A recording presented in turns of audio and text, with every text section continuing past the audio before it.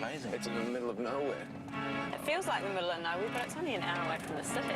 You can see why the Māori people think this is pretty sacred land, though. Look how lonely and kind of isolated it is out here. Yeah, absolutely. I mean, a lot of people consider this part of the coastline extremely spiritual and very haunted at that. There it is, guys. Let's head down to Wharapu, our next ghost hunt mission.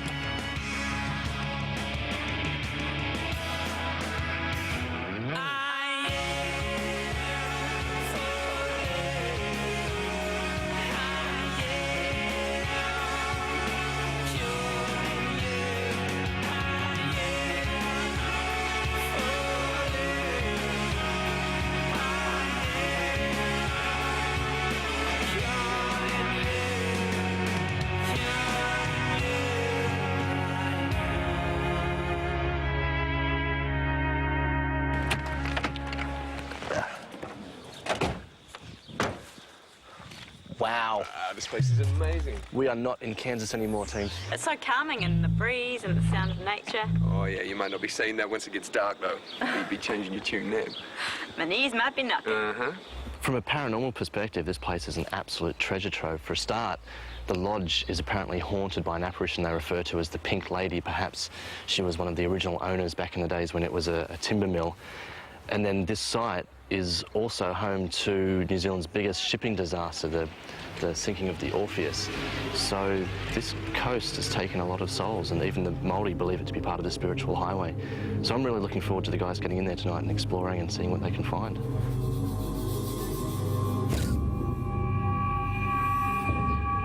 Okay, gang, I'm going to show you a few photographs, which is what has brought us here. Now, you've got a series of photographs that are what I call the melting mirror sequence. And what it was a guest who was staying here actually commented that they felt that time had stopped and that they were being sucked into a vortex. I mean, that was actually their words at the time. And they were so... full on. It is, and they were so moved by it that they just had to take photographs on the spot, and that's what they came up with.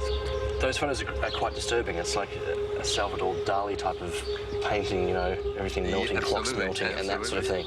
The last couple of photographs you've got are to do with the fact that some people consider that Whatapu, the name Whatapu, is actually a bastardisation of Te Wāhi Te Pua, which is Māori for place of demons. And those photos were taken by trampers who were out here late at night. I'm starting to feel less peaceful and calm now, I must admit. Yeah, they look like demonic images, don't they?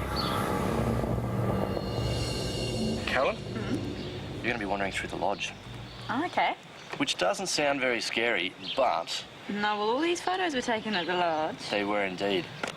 Mr. Hollows, I'm going to make you do a little bit of outdoor investigation. Now, I can't put any cameras on the beach because it's a protected scientific reserve. But what I'm going to get you to do is to wander up through the gorge next to the lodge, because the gorge is a site of a lot of paranormal activity as well. And in fact, in the days when the Orpheus sunk, the bottom of the gorge used to be the shoreline.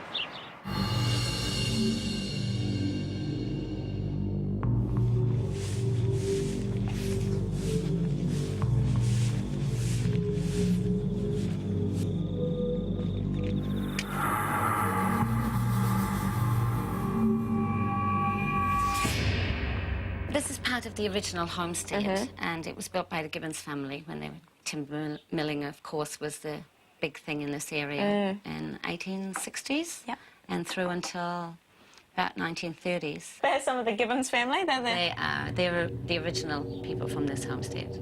Who's that? That must be Nicholas and Matilda. They are. Now, you think the Pink Lady, the apparition that people often see here, is a member of the Gibbons family?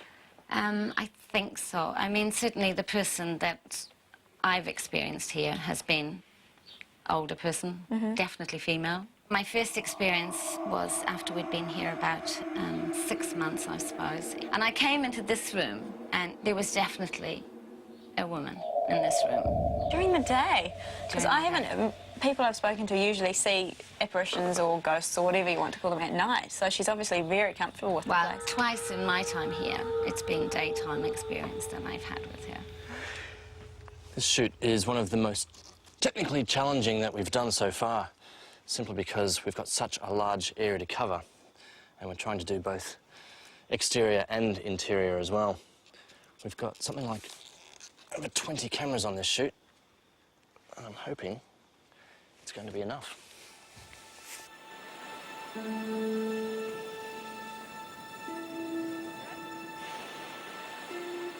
It's 1 o'clock on a day like this. The surf is light. Edward Wing sees the Orpheus coming in from Australia. He looks out and knows he has to signal this boat must take the outer channel. He runs down these cliffs. He gets a horse, rides across the island, runs up the island and puts a signal on that top there that says take the far bar. But the charts on board are wrong. And within minutes, the Orpheus strikes the bar right out here. It's hopeless. It can't be saved. And by 4 o'clock, 189 sailors are dead. The boat is a total wreck by 6, and only the mast shows the next morning. It's the worst disaster in New Zealand's maritime history. But there were a lot of souls obviously lost right here on this part of the... Yeah. This is a coast of ghosts, I reckon. There was a lot of people dead here.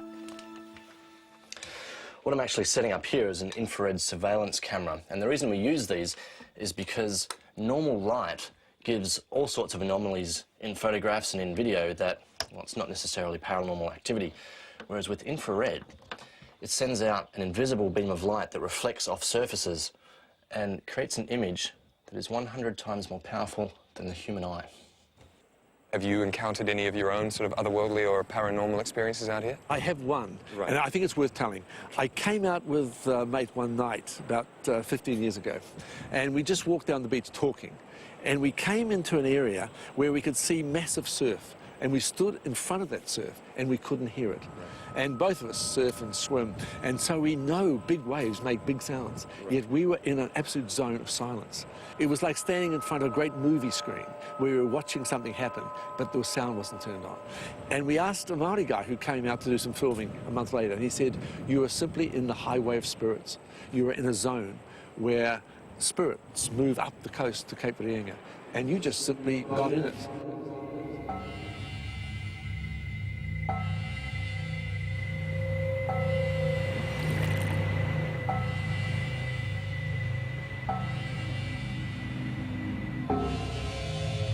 Alright guys, helmets on. Now these are decked out with 2 cameras, one that shows your point of view and the other one that swings around and points at your face so that we can see all the fear in your eyes. Are you feeling calm? No. No, but I will. I'll try my best to calm down. But no, I don't think so. Strangely enough, I think I'm feeling more nervous than you because I've been up there and it's quite treacherous, so Yeah. be safe and enjoy yourselves. Cool. That is such a nervous laugh.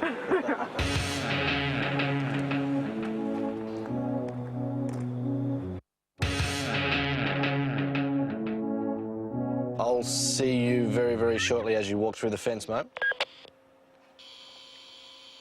Copy that.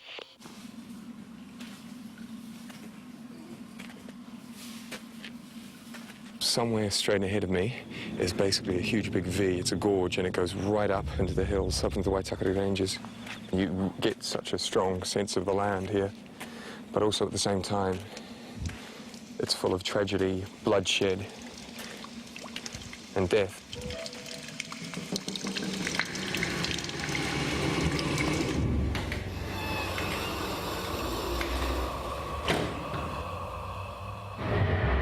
Oh, charming.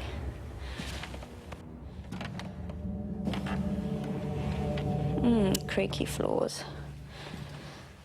People have been heard playing pool in the middle of the night, and there's actually been nobody in here, which is kind of strange.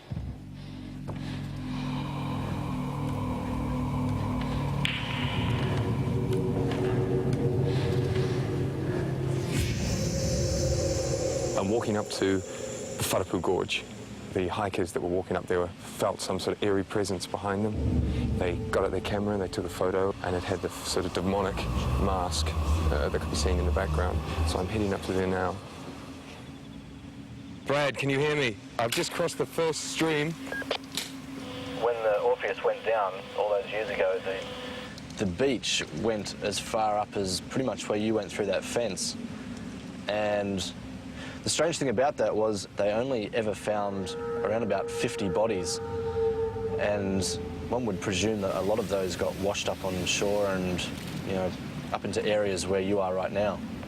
Brad, you're cutting out, man. I can hardly hear you.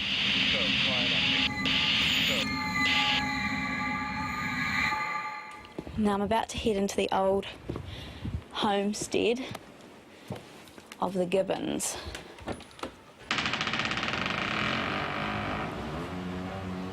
This is the lounge room here, and this is where the apparition of the Pink Lady has been seen a few times by the owners and people who've stayed. Funnily enough, actually, during the day, most of them. There's Nicholas and Matilda Gibbons. The thing is, it's children that quite often see the Pink Lady. She has an affinity with children, apparently.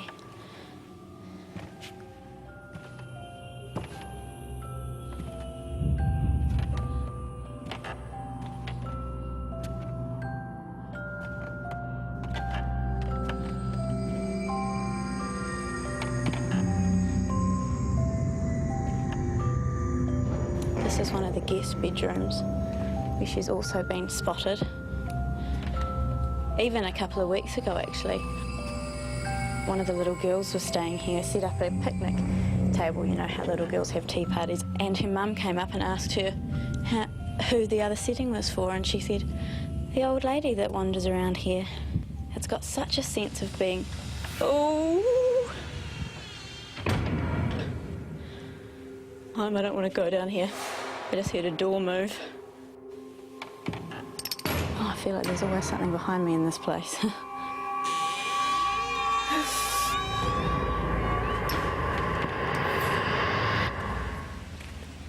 Now, there's a very sacred kauri tree just further up ahead that the local Māori used to use as like a fertility god, and apparently some white settlers chopped the kauri tree down, and it was said that the Māori, on hearing of this and knowing of this, they declared utu, or revenge, on the white settlers, and that was the very eve of the Orpheus disaster. So, payback.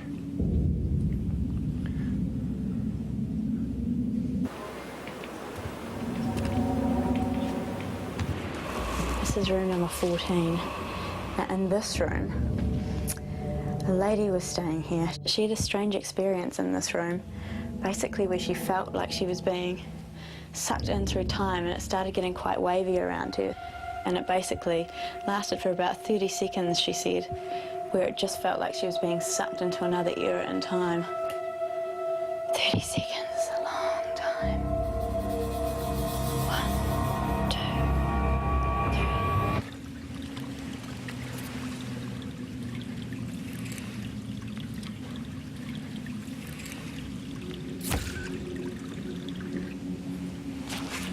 It's strange, it's really quite peaceful, but at the same time, you kind of feel that there's something watching you. Is there any spirit out there? Or anything out there that... Shh. I just heard something then. Is there anything out there?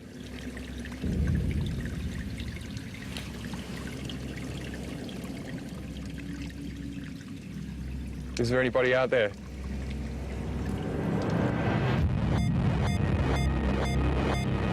Carolyn, can you go back into the lodge if that's okay?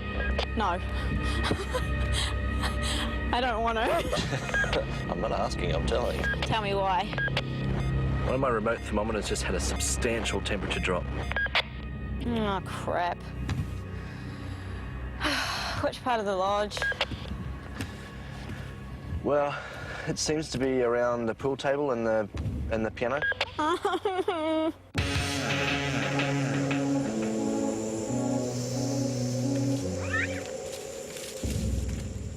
Michael, can you hear me? Yeah, Brad, I can hear you. Can you hear me? Oh, welcome back. Where you been? I lost contact with everything for a while up there. I could feel there was a presence, but it didn't feel evil. It felt quite sort of calm. I'm just about to cross the last bit of stream and head back in. Cool, I've got you back on camera now, so I can see you all the way back in.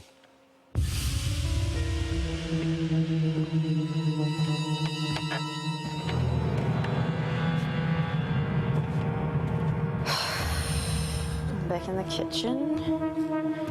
I really don't want to go in here. How come you... Oh my God! Are you okay? You right? No. That sounds like very nervous laughter. What's happening? There's just movement over by the pool table. It's gone now. What sort of movement was it? I just heard sort of footsteps. But I can't see anything. Have you got your camera on you? Can you take some photos? Yep.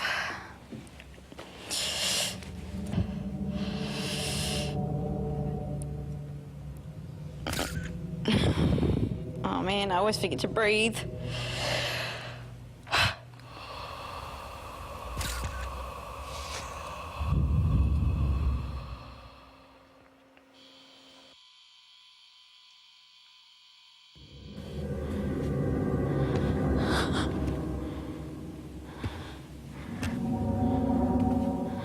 There's so many windows in here as well that the light reflects off, and I'm just freaking out about this. Oh my God. What was that? Shit,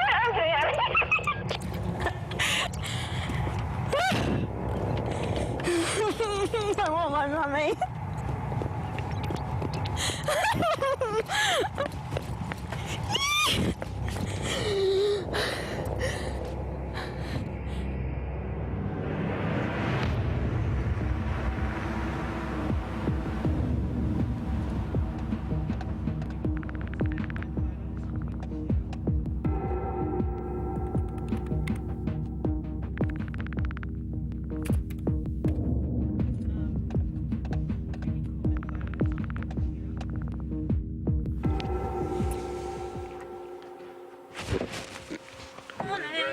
Morning. Oh, you're looking a little sleepy, poor thing. Now, Caroline, I hear you're a bit of a squealer. you came running out of the house last night squealing. What happened? No, well, I was wandering around, and this pool cue that was leaned up against the pool table in that big dining room just fell. Nothing hit it. It just fell. Shall I show you? This is really ghost hunting 101. Pure investigation, really. Windows in here as well that the light reflects off, and I'm just freaking out about this. Oh my God. And then you run like a girl. Shit, I'm getting out of That fell away from me. I know. Isn't that the And strange I didn't thing? touch it. And also, if you think about it, and your backpack had have hit it, it would have dragged it towards you in the way you were going. Yeah. And it's just gone the other way. It's funny because people have spoken about hearing the pool balls clinking together, and then they go in there to see who's playing, and there's no one actually playing. So obviously a lot of activity happens around the pool table. And the very cool thing is that we had all these cameras set up, so we got your scream and run on tape. and I love the fact that, you know, you heard a noise and your initial instinct was to turn around and take a photo and investigate what that was. But no, you ran like a girl. Nice You investigation. got a good scream and a swear word and an I want my mummy, and you're still complaining about a photograph. And an object moving by itself, and he wants more. I know, I'm a hard taskmaster. I'm sorry. Now, how did you feel up in the gorge? The gorge was really interesting. It was jet black. Like, I mean, black as black, but of course, after a while, my eyes did get accustomed to it. I'll show you a few photographs that you took. You took these on infrared mode on your camera. Yeah. This one's just a bit of a blur. But you can kind of make out a face in there. You know, if you sort of look at it hard I enough. can see sort of a head with eyes and mouth and nose and Well, profile. Yeah, Yeah. slightly profile, huh? Yeah. We'll move on to the next shot. That's just weird, isn't it? That's really odd. But it's kind of grinning. I see a grin It is. anyway. I don't see something too menacing that is, well, apart from the fact that it could possibly be a... It's like a little something spirit. gremlin. Yeah. Brad, how would something like this, I mean, it's obviously pitch black where you are, and even if it was the light from his helmet or the torch, it wouldn't put that much into one space in the middle of darkness, would it? Well, this is on infrared. That's like 100 times more powerful than the human eye. So it picks up things that you would never have seen anyway. But, yeah, it is remarkable that the rest of it is completely black, and then you just have this little ball in the middle of it. Yeah. It's very consistent, though, with your talk about the spirits, and because all these photographs just seem very ethereal, very spiritual, which matches up to what everyone's been saying about the whole spiritual highway. Now, Caro, let's go back to you. Tell me about the Pink Lady. Oh, well, she's the apparition that's seen most commonly around the lodge. And the funny thing is, she's been seen during the day. Now, when you first walked into your room and sort of set your bags down, for some reason you took a photo in that room, which was during the day. Which is just a really odd Wow. anomaly in there that I can't work out, because there's obviously a lot of flare happening from an outside source, possibly the sun. But the flare... It's almost like there's something standing in the window, but it's kind of see-through. Yeah, but you wouldn't expect the flare to sort of, you know, overlap inside into the bedroom itself. And you can almost see a face in there, the nose and the eyes sort of looking in that way. And also the fact that it's pink. It's pink, yeah, more than anything. Yeah. Whatever it is, it's decidedly pink.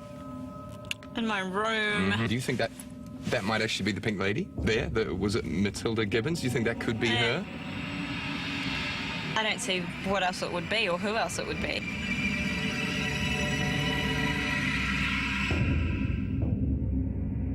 Well, well done, team. What do you say we close the book on Whārapu and go home and back to civilization?